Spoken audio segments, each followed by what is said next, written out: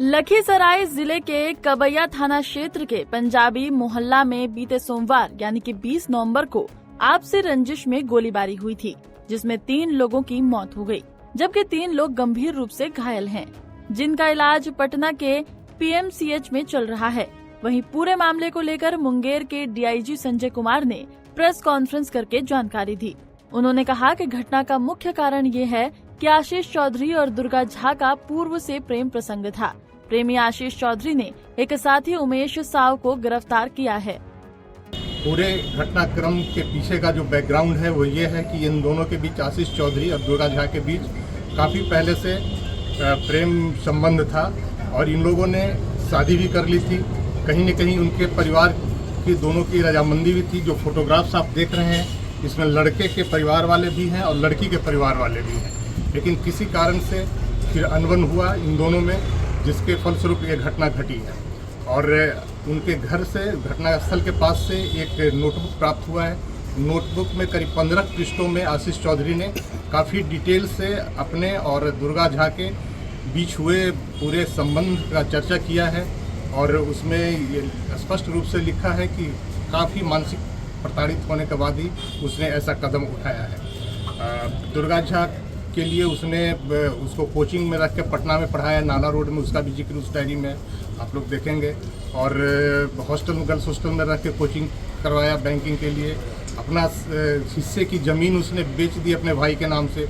उस पैसे से उस दुर्गा झा को पटना में रख के पढ़ाया और सारा पैसा ख़त्म कर दिया। और इसके बाद वो लड़की को कैसे दुराव उससे हुआ, इसकी जिक्र भी उस डायरी में है। और उसके परिवार वाले ने फिर बाद में उसको तनिष्क का एक शोरूम है अथवा मार्केट में पटना में, वहाँ सेल्समैन के रूप में उस लड़की को रखा। और इस डायरी में जो अंकित है कि लड़की वहाँ जब काम कर रही थी दुर्गा झा, तो वहाँ फिर किसी और लड़के से उसका अंतरंग संबंध हो गया है। और इसकी जानकारी जब आशीष चौधरी को हो गई है तो इसके बाद इसने इतना बड़ा कदम उठाया है।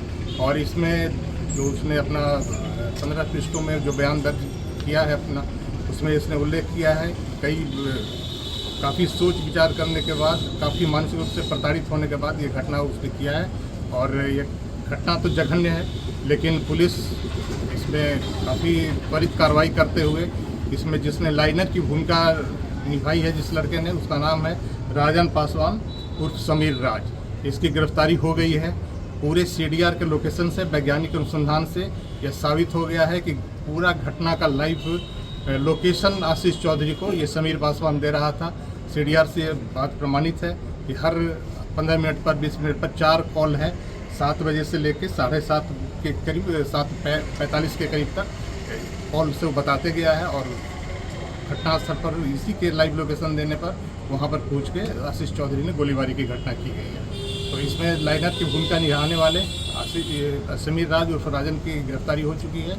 और एक और व्यक्ति की गिरफ्तारी हुई है, उमेश साव की, जिसके बारे में अनुसंधान में और साक्ष्य आए हैं और उस पर साक्ष्य संकलन। डीआईजी ने ये भी बताया कि जिसके द्वारा आशीष चौधरी को हथियार दिया गया था, गिरफ्तार किए गए सहयोगी का पूर्व का भी आपराधिक इतिहास रहा है।